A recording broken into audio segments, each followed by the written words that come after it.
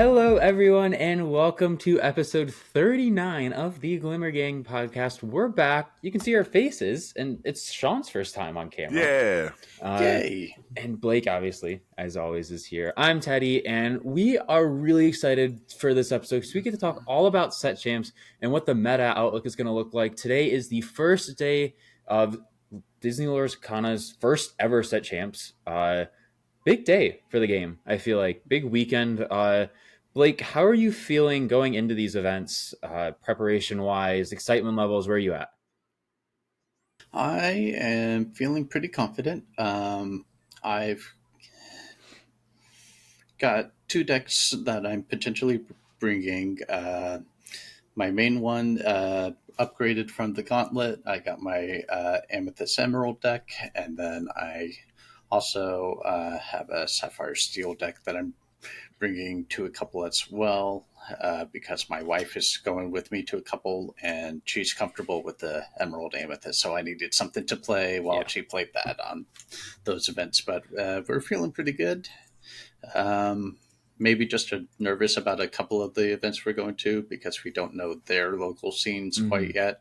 Yeah. But deck-wise, we're feeling pretty solid. Yeah, it's always interesting going into like a new store, don't know what people are gonna play. It's kind of you're kind of walking in blind a little bit. I know for mine, like that's exactly what I'm doing. I'm not sure what I'm gonna see. And Sean, I know you're kind of in the same boat. You're traveling a pretty good ways to get to your set champs. Yeah, almost an hour to get to the one that I'm going to next Saturday. Okay.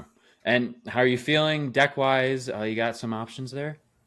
My two options, well, three, I guess. I could have, I can build Bivens, Amethyst Steel. Amethyst Steel aggro deck he had. I have the cards for that.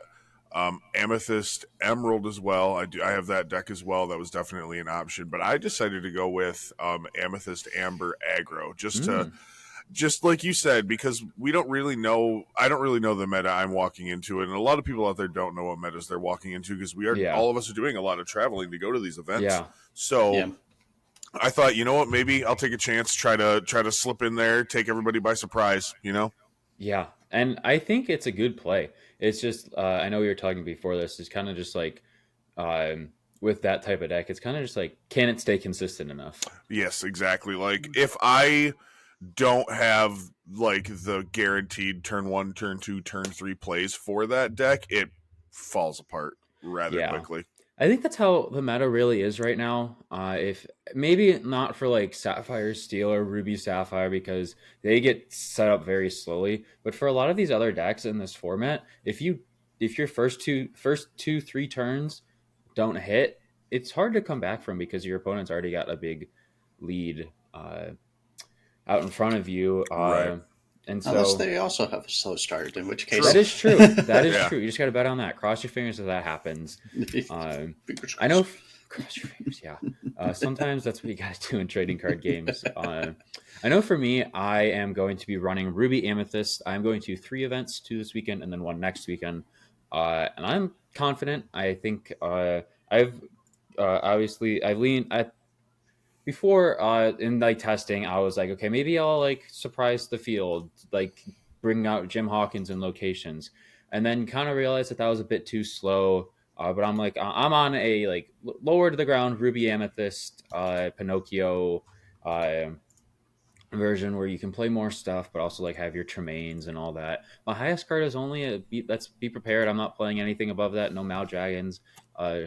So I may think about that though. I was going to say that's surprising because that seemed to had to have a big uptick in play the last like month or so leading up to the set champs. Yeah, I think my biggest worry right now is steel decks, and I think that's everybody's biggest worry. Yeah, and so like it's the Mal Dragons are great, but also with how much wheeling is done, if I'm only playing 2, I don't know how much I'm truly going to see them, and so. It's kind of, I've like leaned into the 1/3s, or there's the 3 willpower characters with teeth, and then also like Pinocchio. That card's so good. Just opening something up. Rafiki turn 1, Pinocchio turn 2, being able to take something out just like that. I really like. But this episode, what we're gonna do is we have a 9 different color, actually 8 different color combinations, and then aggro is one of them. I guess we'll take Amber Amethyst as our definition of aggro, but there's a lot of aggro variants in the format. And so what we're going to do is we all have 3 of these color combinations or ink combos, and we're just going to talk about them, their strengths, their weaknesses, what to expect out of them. And we're just going to jump right in. I'm going to get it started with Ruby Amethyst, the end-all be-all deck, most powerful deck, probably in Lorcana so far. It's fallen off a little bit, just a tiny bit. Obviously, I think obviously set 2 was run by that deck.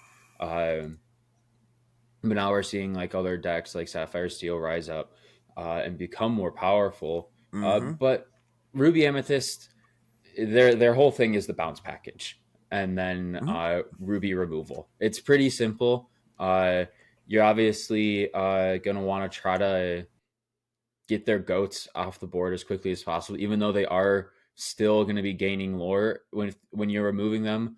It's better to get them out of the game than keep them in the game. I know I was testing a game with our good buddy Franz from Traverse Tavern the other day, and I had 3 goats gone in like the first 4 turns. Decided to ink them and play one, which was unfortunate. But I think for Ruby Amethyst, it's going to be good. You're going to see it played. Obviously, I'm playing it. I know a few of my other buddies are going to be playing it around here. So I think that if you sit down against it, best way to beat it is probably to go really fast. Is to try to go wide, get under them before they can get to be prepared. They should be if they're playing right, they should be able to get to be prepared and at least play it once. Unless you can wheel them multiple times if you're playing steel, or just discard their hand. Ruby Amethyst does struggle against discard. That is going to probably be one of the harder matchups, whether it's Emerald Steel or Amethyst Steel. Not Amethyst Steel. Emerald Steel or Emerald Amethyst. If Ruby Amethyst can keep its hand size, it's doing pretty well. If it can't, then that's going to be a lot different. Sean, I'll go to you. Thoughts on Ruby Amethyst? I think we all expect this to be a really powerful deck for set champs. Oh, 100%. It's just I feel that it's hard to judge the strength of decks, especially against each other. But this deck has a level of consistency that no other deck does, and just can't match it. So, and a lot of that is due to, like you said, the Amethyst bounce package, which every deck that can take advantage of that kind of does right now. Anything that's playing Amethyst, it's kind of what they're playing in Amethyst as the bounce package, because all of the cards can generate such great swings and generate such great value. It's hard to be beat.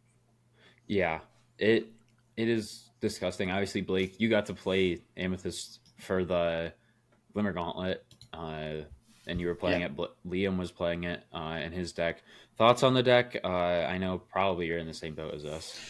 Oh yeah, definitely. It's proven itself time and time again as one of the better, more consistent decks. The other thing to note is there are some variants that you may come across. Yeah. There is one that is a bit more location based. Yes. And even now, even the base Ruby Amethyst, you're going to see Queen's Castle. So you're going to want some sort of answer to that.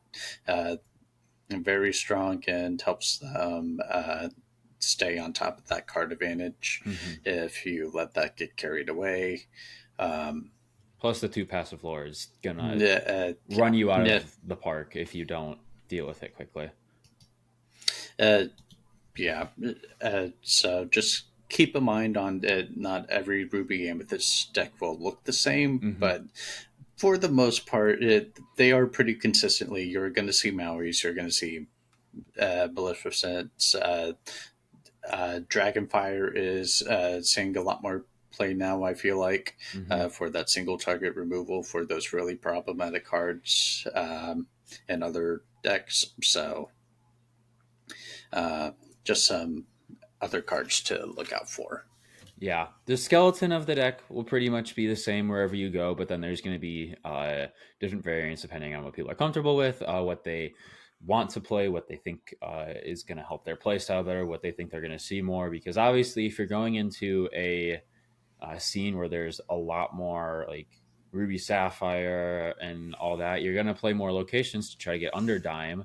But then if you're going into like Amber Steel or Sapphire Steel, it's going to be like try to like deal with those lower cost characters before they can get to their shift targets. Uh, and so that is Ruby Amethyst. We have another Amethyst color next is Emerald Amethyst. Blake, take it away. What are we going to see from this deck? Emerald Amethyst is typically a very tempo heavy deck. Basically, you try to hit the ground running and keep your control of your opponent's board, keep it as empty as possible while you keep your stuff on the board and quest away. And it's not quite an aggro deck, but it's also not like a control deck because all of their removal, quote unquote, is just bouncing stuff back to the opponent's hand. Your best removal options are like the Fox and Crab, and it requires a real understanding of the deck to how best to use those cards to maximize what you put out there. Just like if you watched my match with Liam, I had a Rafiki on the board for like 5 turns, and I finally was able to put a crab down and take out one of his big Jafars. And just being patient and knowing when to strike with those cards and get the most value out of your cards is really how you can excel with that deck. It is one that struggles a bit more than most, but if you really know how to pilot it, you can really do some work and climb your way to the top with it, I feel like. Yeah, I do think the deck has a lot of power in this format, just with that discard, if you can get that discard going. Also, if you can have an Ursula Deceiver of All stick and then sing Friends, as long as long as like that kind of wins you the game, because at that point you've played almost a full hand, but then just replenishing it by turn 4 is really good. Sean, I know you've considered this deck. Thoughts on Emerald Amethyst going into set champs?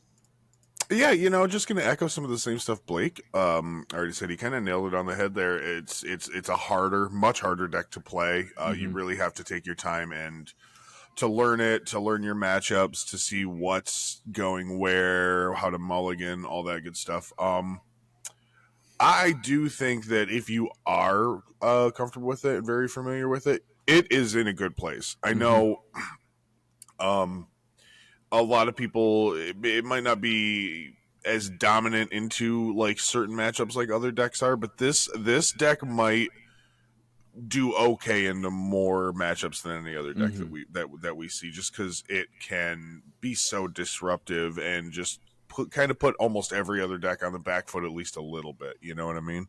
Yeah, and if you see like a Cursed Merfolk come down turn 1, and then Ursula Deceiver come down turn 2, if they're choosing to attack into the Cursed Merfolk, that's discarding a card. But then also a song is going, and we know how much so many decks rely on songs these days to keep consistent. If you're able to target a whole new world in any steel deck, that is going to put them on the back foot. Friends, Ruby Amethyst, be prepared. Lots that Friends you can on target. the other side. Yeah. That's the thing. I like to call that one Ursula Deceiver of One. But also getting to see the hand and just knowing what's coming is also very powerful. Oh yeah, because 100%. You do get to see the hand at the same time, and sometimes I've come across, especially in the steel matchups, it's like, oh yeah, you got a whole new world, but you also got this other inkable song here. Let me go ahead and take that off your hand. And oh no, your hand's full of uninkables. You're stuck for a few turns. And that's kind of where you got to think, because it's not always, oh, get rid of the whole new world. It's also thinking about, oh, hey, they're going to struggle with inking. Get rid of their ink. Right. Yeah. I mean, if you can leave a deck in this format without any ink in their hand, they're going to struggle. It's just plain simple. I remember I was playing at 2K probably a month ago, and I was playing Ruby Sapphire, and I literally I drew into probably everything I would have needed to get a good start of the game going, but I did not have any inkables, so I had to ink like a Hiram on turn 4, a popsicle here and there, just so I could try to get up to like where I needed to go. And by that time, it was unfortunately over for me.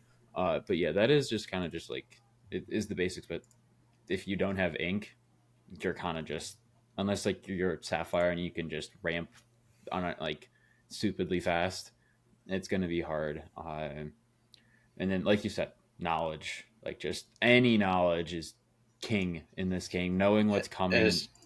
Yeah, especially match one when you're first facing the opponent, it's a good way to just, especially if they just ink 2 cards at the same color, is like, okay, I know one of your colors. Let me see that other one. yeah. So Emerald Amethyst, if pilots know what they're doing, this deck can run rampant. We have another Emerald deck next. It's Emerald Steel. And Sean, why don't you take us through this? Probably one of the more expensive decks right now. Just the steel tag. I think it's the most expensive deck. I don't know that it's even close, if I'm being 100% honest. I think Amber Steel may be a little more expensive with Rapunzel. Yeah, one of the lists I have pulled up for Amber Steel is very, very pricey.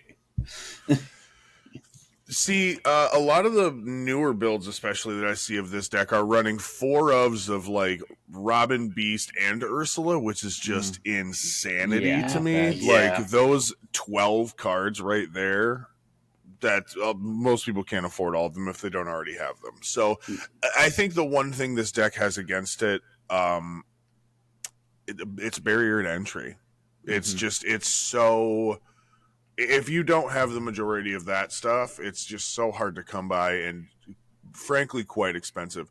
Other than that, I kind of love it. I wish I had the cards to play it. Honestly, I really do. Yeah. I've always loved the color combination in and of itself, and there's some really, really amazing stuff in these colors that you can take advantage of.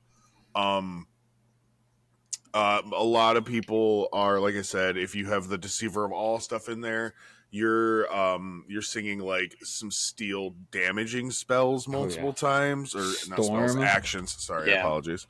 Yeah, exactly. Storm, Strength of a Raging Fire, both can just hit for amazing damage twice, which is really, really, really good. You have the standard like Mother Knows Best, obviously, is a great card to hit with that. Bouncing 2 Sudden things. Chill is really good. Sudden Chill, yeah.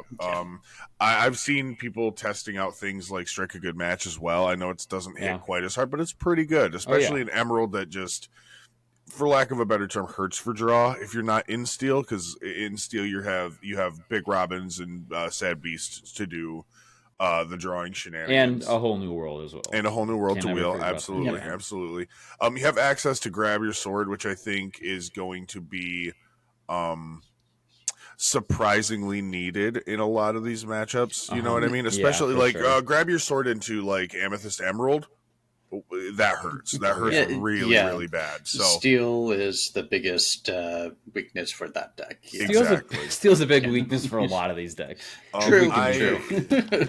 There are obviously there's Big Tink as well. Big Tink is just still a staple card, fantastic card. You can do shift stuff with Morph added into that and Bucky added into that. You can do some really cool discard shift stuff. Prince John is a card you'll see in all of these decks. Bucky, I think, is going to be a choice card, just depending on how many Floodborns you're playing. Right, exactly. And I think since we're on such a small scale with these set championships, I wouldn't be surprised if there's not a couple of people out there with the Sheriff of Nottingham, Beast Relentless, Bayou combo. I could see that stealing some games, honestly, because if you're not 100% prepared for that and it comes down, you're like, wait, you got all the pieces of Lorcana Exodia out somehow? I don't know what just happened to me. So I think that this deck is definitely gonna win some stitches for some people. This color combo. Yeah, the one thing that I have with the deck is sometimes Yeah, especially with the discard heavy ones, you just run out of things to discard, so your discard cards do nothing, and you're kind of stuck with those. And for some decks, they just have really good top decks, and they're able to just keep putting on pressure or just keep filling up their hand, so your discard doesn't really matter. Right. So that's one of the things that this deck can struggle with sometimes. Yeah, I'm scared of this deck. It's like for someone playing Ruby Amethyst, if I don't get my 1/3s out, and I still I think for me personally, Amber Steel is the deck I'm worried about the most, uh, with what I'm playing, just because the bare necessities, and we'll obviously we'll get to that later, but that deck is really good. But Emerald Steel, I think just if I know if you can work around the discard, if you're in Amethyst and you're able to work on the discard, or if you're in another steel deck and you're able to hit some wheels and replenish your hand, you should be chilling. And if you can just be able to like clear a board a few times, I think you should be good. But this deck, like Sean said, it's gonna win some stitches. It's gonna discard people's hands. It's gonna leave them not knowing what to do, and if you're not prepared for it, it's you're not going to be able to play any cards. It's true. It's Very true. unfortunate, but it's the truth. So be prepared. Yeah. That was not wink. Play Ruby. Wink. Wink. Play Ruby. Speaking of Ruby, I'm gonna go to another Ruby deck now. Ruby Sapphire. Uh, so a lot of play. I feel like at the start of set two, uh, when Hiram first came out in that popsicle package, kind of before people realized that aggro could get under it. It was big then. Obviously, right now it's racing to dime. Maybe a little less than Sapphire Steel is, but it's still racing to dime with Tamatoas and items. And like kind of like if you're like at 10-ish lore with that deck and you have a solid amount of items, you can win in a turn with Tamatoa and dime. It's just how it is. And I think that going into this deck, it's gonna get off slow, and you're gonna feel, oh, it's starting slow. I'm a bit okay. No, you're not. I'm sorry, but no, you're not. Yep. You have to be weary that this stuff is gonna come down. Once if they get the Hiram online and can consistently get items, they're gonna do really well. If they can keep trying, obviously they have access to be prepared as well. So if they see that you're getting out ahead and they need to stop you, they're gonna prep your board, they're gonna clear your board, and they're gonna say, no, you can't do that. And then they're going to pop Tamatoa down and gain 10 lore in one turn and win. Can you tell this has happened to me before? Right. But Blake, I'll go to you. I know this isn't a deck you have played so much, but thoughts on Ruby Sapphire? Is it as good as people think that is? Um, yeah, it is very good, especially into certain matchups. It's very similar into the Sapphire Steel, where they both kind of have the same game plan, but with Ruby, you have all of the removal, Mm-hmm. like hard removal Yeah. options with Dragonfire, Lady Tremaines, Medusa. Madame Medusa, and all of those. So, especially against Sapphire Steel, between those two against each other, I feel like Ruby has the Ruby has it over the Steel, but it's still very much the same game plan of whoever gets their dime package out first and can just jump 10 lore in a turn is the one who will win. Yeah. But their control options are a bit better, but at the same time, can get wheeled very overall quickly. Across all the matchups, I feel like the Sapphire Steel has more better matchups. There are some other matchups that Ruby Sapphire just can't handle in the same vein. Mm-hmm. But it is still very good and can just surprise your opponents if they aren't ready for it.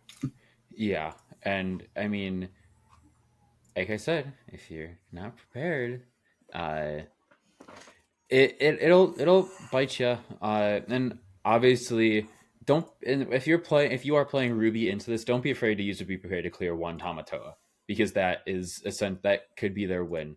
con. With how much they're able to ramp as well, they're going to have no trouble. Yeah, the ink these decks can get to is nuts. So yeah, it really is. Yeah. I was playing against one the other day, and it got to 20 ink, and I'm like, what am I supposed to do here? They're playing 2 Tamatoas and a Hiram a turn. It's like, Yeah. what?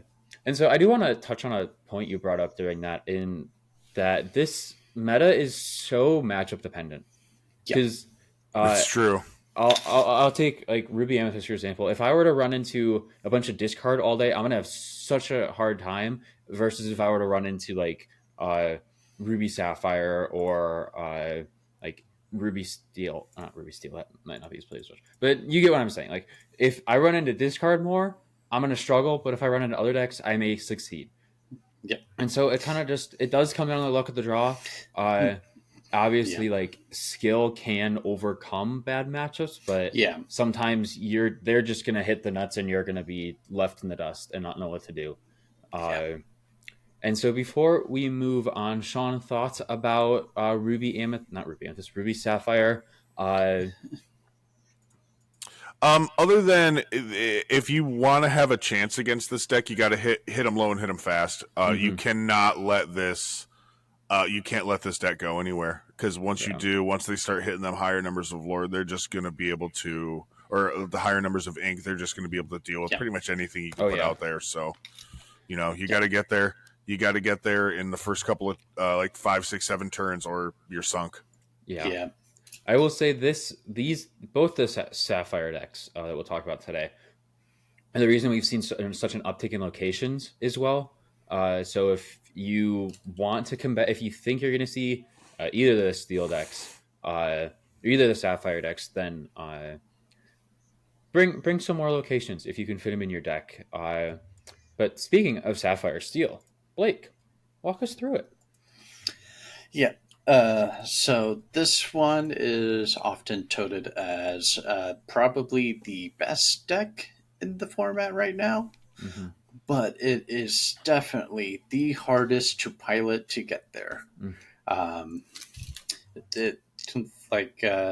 We've been saying with these dime decks, they're a very slow start. So for those decks that get under it, it can be very tough, especially if you don't mulligan for your early removal options, if you have Fire the Cannons or Baboom and things like that. With these, you have all the steel hate. You have Rise of the Titans to take care of locations immediately, especially with the Queen's Castle and McDuck Manor. I feel like are the 2 biggest locations in the format right now. So it's really, you need to know this deck in and out. You need to know all of your matchups in order to get the best favoring out of them.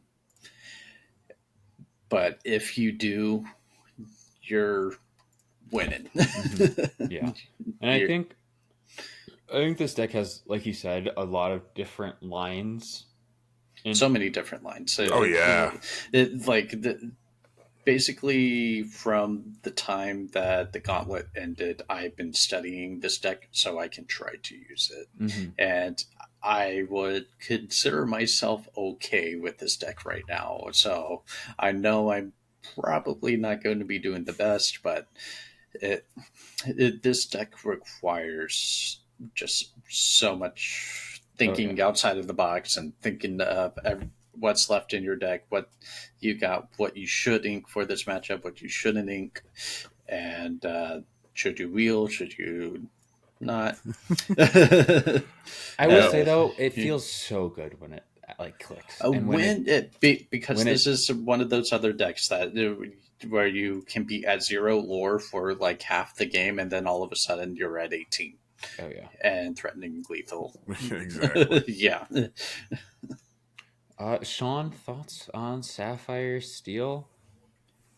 A lot of the same stuff that I said about the previous deck, the Sapphire Ruby deck, is you have to be fast. You have to get under it. You have to do as much work as you can early game so that once they start gaining advantage, you can start.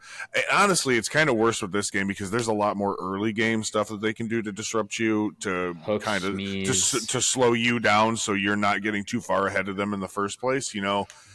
Just play smart. Yeah, beyond that, maybe if you have the opportunity, tech in item removal.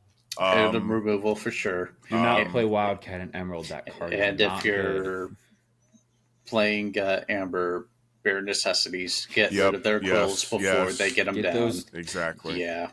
Get those dimes out of there. Yeah. 100%. Because if they're stuck with a dime, like in their opening hand, that's one, they're gonna have to make the choice if they want to wheel or not.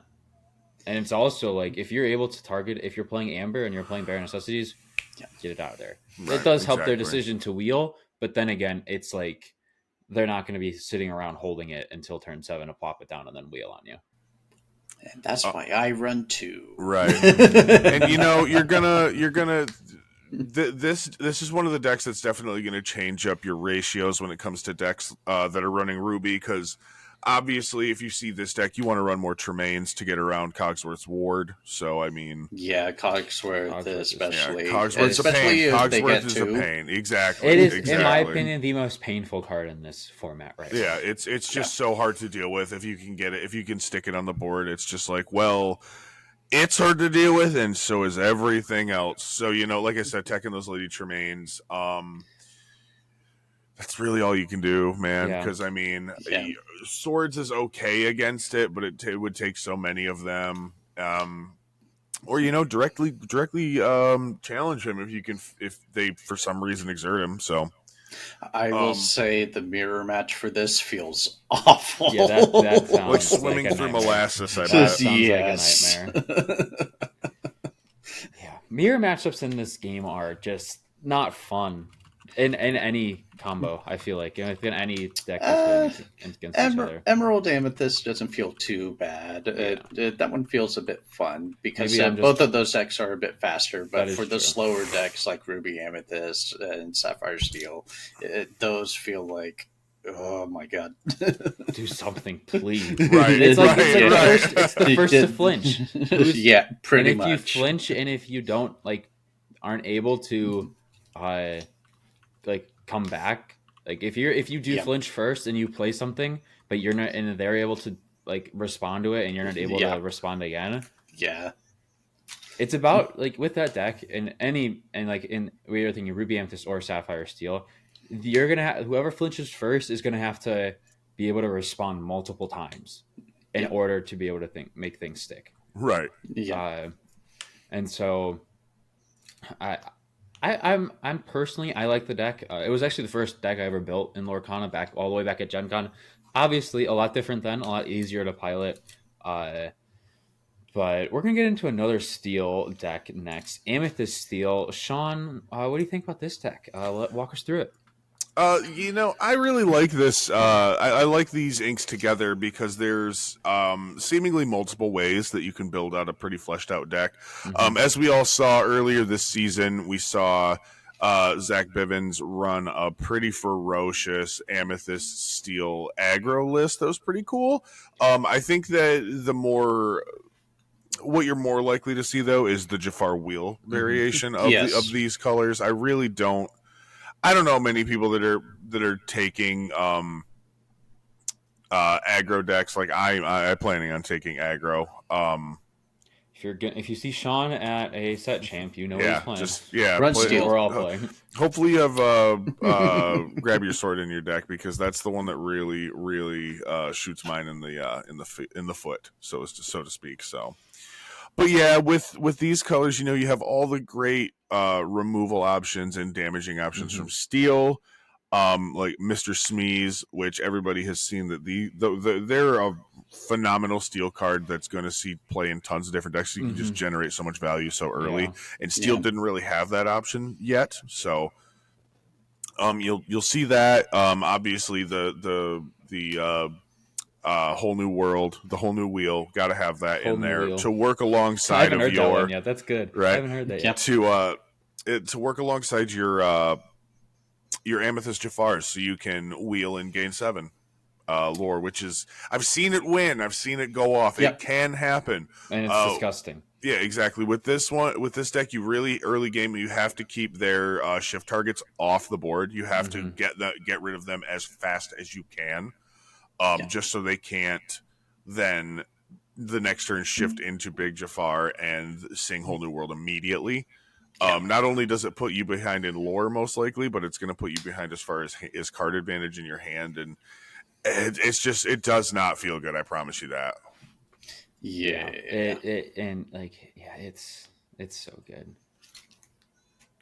Yep, I think that I just don't have much like if that hits, then it's like because it feels so bad. Yeah, it feels so bad for you as a player. And not to mention Jafar is evasive. You can't just run a Maui or like something big into it. It's true. And theoretically, if you're singing the first wheel, you could get a second wheel and hard play that one and go 14 in one turn. And by that point, you probably have the 6 other lore from earlier in the game. I'm saying, yeah. Oh, it's another one that's very similar to the Emerald Steel. That it's not one of the top dog decks, but it's gonna when it pops off. It's gonna win a stitch or two. Mark my words. Somewhere for one of these set championships, it's gonna that deck will take 1 or 2 stitches somewhere down the road. So I it's not a terrible choice to take. Just again, you have to really know how to play that deck too, though. That deck is one of the other ones that you have to especially know how to play that deck, or it's gonna fall apart and you're gonna misplay. Yeah, knowing when to play your Jafars the safest, especially to prepare. Exactly. Just keeping those Jafars safe and protecting them as much as possible with everything else. And it also like this the thing with this deck is it is very telegraphed in what you're gonna do. It is. Because you're gonna want to shift that Jafar and you're gonna play like probably the 3-drop Steel Jafar that gains evasive on its turn, the 3/2. Obviously, the other Jafars are nice, but I think that's the better one right now that I've seen in these decks. So it's very telegraphed, but if your opponent can't deal with it, then well, whoop-de-doo, you're gaining a crap ton of lore in a turn. All right. Well, we all have one more color combo to go over. I'm gonna go over Ruby Amber next. The character deck is the best way to put it. True. Obviously, this deck is built around playing so many characters down. It's coming around to play a few more items and songs, but it really is 50 out of the 60 cards are going to be characters. This revolves around Mufasa and his ability to, when he is banished, reveal a top card of your deck. If it's a character card, you may play it for free. Exerted. So good. Probably one of the best answers we have to be prepared right now. But I know if there are be prepared players out there, they're gonna banish. They're gonna get rid of the Mufasa first and then play the be prepared more or less, just so they don't deal with that. But kind of just like running through this deck, you're gonna see more or less turn 1 Pluto, turn Lantern, turn 3 Doc,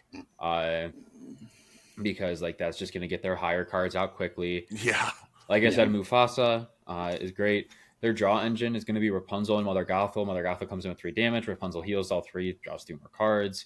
Obviously, they have access to prep. They have Tremaine, Medusa. Surfer Mini, I think, should be more included. I know it's not. I don't know how much it is, but I personally think it should be included in this deck just because it's harder for other decks to deal with. Teeth and Ambitions could be a possibility as well. Rockstar Stitch, also, like, that's a great draw engine for them, and like they can play so many of their small 1-2 drops. Maleficent. Are people still running a 1-drop of Chernabog? Well, they wouldn't. Yes, the 1-drop of Chernabog. Yes, the Schernbaum is what I like to call it. Yeah, the one copy of them, not 1-drop. Yeah, the one copy. So like just mid game, just as soon as all the characters flood them out on the board. Maleficent, then Maui. They have access to Maui and all that. Lots of good options here. I think this all of these decks we talk about can win a set champ. There's no doubt if they pop off. But this deck I think is just really good. when you're able to get out your Pluto and your lanterns and be able to kind of just like make it a lot easier to play things and play higher cost things earlier. Blake, I'll go to you first. Thoughts on Ruby Amber? Yeah, I have to give it the respect. There was a locals I went to maybe a couple months ago, and that was the deck that took the whole thing. I, Mostly because I wasn't There expecting to it, beat it. because this deck was a lot more popular in set two. Oh yeah, for sure. And it has kind of fallen off a bit, but it is picking up a bit of steam again. But yeah, the main thing is controlling the board and keeping those characters out of your way, and doing your best to get rid of Mufasa in ways that don't trigger them. Yeah, Which is pretty tough for some color combos. Yeah, it's true. Yeah. And you can get lucky, and if you do banish Mufasa and like they turn over a lantern or be prepared, Yeah. but like I said, 50 out of the 60 cards they're playing more or less are going to be characters. So. Yeah, it always feels really bad when you take care of it and then out comes a Maleficent Dragon. Yeah. Honestly. I mean, obviously, it does come down to Exerted, but if you're thinking Maleficent Dragon, they're getting a card. More than likely, unless you have a ward-filled board. Cogsworth! Cogsworth! Sean, thoughts on Ruby Amber? I think we all agree this deck is going to shine. I think. Yeah, dude. I've always kind of liked this build. I don't have the guts to run it personally because it does take much more luck than the rest of the decks. Because you're really hoping that Mufasa flips into something really good and really worthwhile to be on the board for free. It feels bad when you flip over a 2/2 Stitch. It does. But like you said, you're not gonna whiff. You know what I mean? There's not gonna be most of the time you're not gonna hit a pocket where you don't hit something, and something's always better than nothing.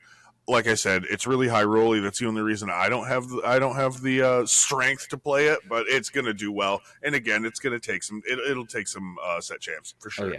Oh yeah, we've already seen it top multiple bigger events, haven't we? Yeah. I know back in set 2, I played a tournament and I did well with it. I think it was a little bit better in set 2 than it is in set 3.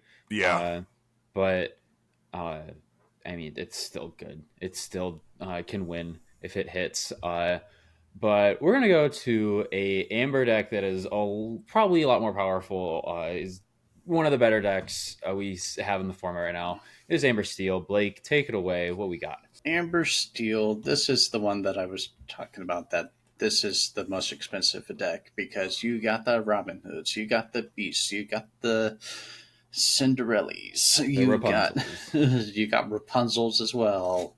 You got Whole New Worlds, which is still a pretty pricey card still.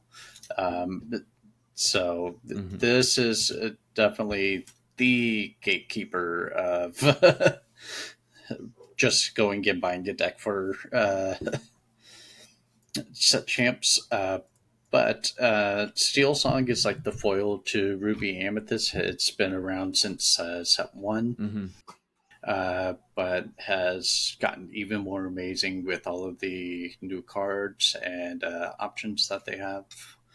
Especially with this set with Bare Necessities, being able to discard very important cards for other decks like Fishbone Quills and Be Prepared and other cards, and just all the value that they generate off of their cards. Just everything that they play is just high value and does stuff usually when it comes into play and does stuff for them. And it's kind of like, and also like it gets at a point like where later in the game where they still have like 1-drops and stuff left over, because if you're playing lanterns you don't have to ink as much, and they can kind of just flood the board, go wide, and you're kind of just like, oh well, I don't really have a way to deal with this. So It's unfortunate, but like you said, it's true. it's just that good.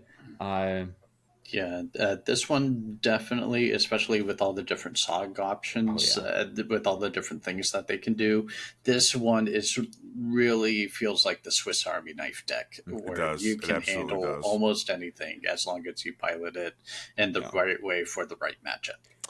I will say when this deck bricks, though, it bricks really hard. It does. It really does. Yeah. If you whiff on, like, say, your first aerial and you didn't keep a song in your hand because you're afraid of, say, like Ursula Deceiver or Bare Necessities, then it's kind of like you're just kind of treading water until you can do something. That being said, I do really like this deck. Even when that happens, I do still like this deck because of the early, super early threats that can hit the board in that deck.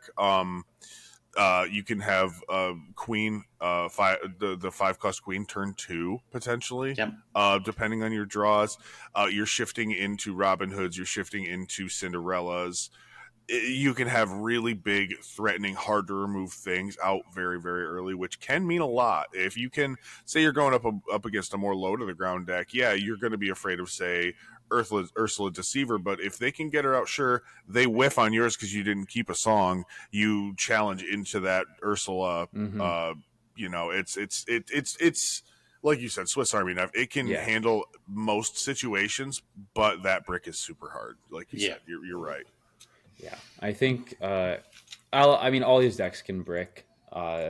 Some better than others. I don't really know where this does rank, but if it does brick, you're running into a wall, cartoon style, stunned for a few seconds until the writers or the animators decide to bring you back to life. Final deck we have is Amber Amethyst. Sean, your aggro, I guess, in general, but I know you're going with Amber Amethyst. Take it away, man. Yeah, so I'm playing aggro myself. I'm, like I said earlier on, I'm basically rolling the dice and trying to take people by surprise and trying to get under some of these other decks that take 5-6 turns to really start establishing themselves. I chose to go with the Amber Amethyst variation because you can run both Little Elo, Baby Mal. You can run the 2-drop Piglet that benefits from having other characters out there. He can quest for 3. 2-drop Pinocchio that quests for 3. All sorts of good stuff. And then there's the new Baloo that you drop as a defender, and when it goes away, it generates 2 lore itself. It's a really fun, quick deck to play. Most of the time, if you can get your stuff to stick between turns 1 and 4, you're setting yourself up for like 12 to 14 lore on turn 5, which is pretty explosive and amazing. And once you get to that point, people are running Sorcerer Spellbooks to kind of get you over the line at the end. I know a lot of people are testing Bosses on a roll because that's another card that can just, you play it and you get a lore. Goats, obviously, for late game. And the bounce pack, a little bit of the bounce pack, because a lot of people are playing the snakes just because they can keep your good stuff safe after you quest with it. I haven't seen too many people playing foxes. Blake actually took a look at my list and suggested that I tech in a couple of them, and I couldn't agree more. It was a great decision. Yeah. They have come in so handy, just as a way to keep something of yours safe, but then you can get rid of something on your opponent's board that might have been able to challenge into you to get rid of another one of your things. So thank you, sir. I appreciated that little bit of advice. Yeah, and are you running Bare Necessities as well? I am not, because that early, I feel like I have to be putting threats onto the board with lore. If it wasn't, I have over a week until mine. I have 8 days until mine, so I might test that a little bit, honestly, because I think going into a couple of these matchups, it might actually be beneficial just to get rid of a swords. Exactly, the amount of exactly the card I was thinking of, because running into steel, that's your big threat, and if you can get rid of their swords before they're able to play it, since you're in the amber, you have that way to take care of it. Like I said, good thing I have a little bit of time before mine, so I yeah. can test. I have the luxury of being able to test a little bit more. Yeah. I have a day. We right, start exactly. tomorrow. I will be playing Exactly. mine tomorrow. Right now. I'll be in round 1. Yeah. The other variation that I have seen is, like I said, Bivens ran his Amethyst Steel aggro list, which I do love that list. It is a great list, don't get me wrong. I just don't know. It's a little more... It's still aggro, but it has a little bit more of a way to play a mid-range, too. Like, you can continue to do things well beyond just your first, like, 4 or 5 turns where you're dropping a bunch of stuff. Yeah. So, if you have the cards for it, maybe run that. Like, there are definitely some situations where that deck would be favored over Amber Amethyst, more so because it runs more of a top end with the bounce package, I believe. So, and I think it may just be like, it might be a little more consistent just because it does have, even though it may not be playing wheel, it does have. They both have access to friends on the other side, but then Steel also have access to like the Storm Rage on, which is another draw. So it's just a little bit more draw if you're going on that. But exactly.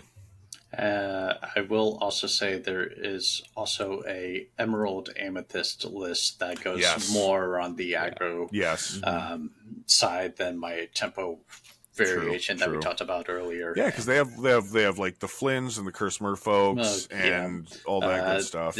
They swap in the Pinocchios. You have Arthur. I've seen in a couple of lists. Yeah. Oh yeah, that's true. That's true. Once you start bouncing stuff, Arthur can generate tons of lore. Yeah. So there are variations. There's a lot of different aggro lists out there. But yeah. Well, those were 9 decks. Obviously, there's a lot more combinations like that we didn't talk about that could pop up that people could be playing. But for these 9, we did put them in a tier list order, kind of just how we think these are going to be. I think we mentioned it before the episode, and I think I mentioned it at the start of the episode. Was these kind of are dependent on how consistent they can be. Tier 1, we have Ruby Amethyst, Sapphire Steel, Amber Steel. Probably the 3 most consistent decks right now. Can do so much. Tier 2 is Emerald Amethyst, Emerald Steel, and Ruby Sapphire. And then Tier 3 is Ruby Amber, Aggro, and Amethyst Steel. Like I said, just consistency. Ruby Amber in Tier 3, like Sean said, it's a dice roll deck. Really have to be able to hit the right things. Aggro, if you don't hit swords, you're cooking. And Amethyst Steel, if they're able to stop the Jafars from coming down, then you're good. Emerald Amethyst, Emerald Steel. This card's good, but some decks can still work around it. Ruby Sapphire, I think, is probably the closest one to being a Tier 1 deck right now. A good amount of the Tier 2 decks can be Tier 1 decks, but I think just like the power of Ruby Amethyst, Sapphire Steel, and Amber Steel right now are really good. But to wrap it up, Blake, how are you feeling going into Set Champs? Years are this weekend, I believe. Yep, I'll be starting tomorrow. Tomorrow's going to be a small one. It was capped at 16. So bring us that stitch. Basically, hoping that as long as you, if they go, going by the rules that they put out, if you make top cut, you get the stitch. And the larger ones, if you make top cut, you still got to fight for your stitch a bit. So as long as I can make top cut tomorrow, I'll have 1 stitch under my belt. Hopefully. Is Nat playing in this one with you? Yes, she is. Bring home 2 stitch. Win it all. Bring home a championship match and a regular match. We will be trying to do that. Hopefully, we don't get paired up too soon. I'm really hoping in the next couple of episodes, all 3 of us have a nice, bright orange Stitch playmat to show off. That would be awesome. Nice, yeah. Next episode, Blake and I are going to have ours, and Sean's just going to be sitting there. It'll be the day before mine, man. Yeah. It'll give me the confidence to win mine as well. And I want to say again, don't stress too hard about these events. These are all local level events. I know people are going to be trying their hardest, but let's be honest. If you want to be a comp player, and if you're listening to us, you probably do. You're going to be trying your hardest all the time. So,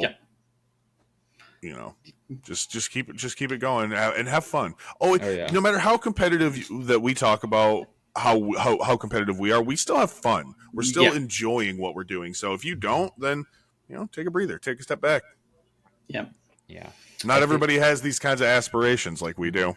Yeah, and even when preparing, be sure to take breaks. Don't burn yourself out before the event. Make sure you have some time to have a day or two to just relax and not think about it. So when you come back to practicing or going to your event, you come in with a clean mind, no negative thoughts, bad juju, or what have you. Also, just friendly reminder: bring water, bring drinks, bring snacks.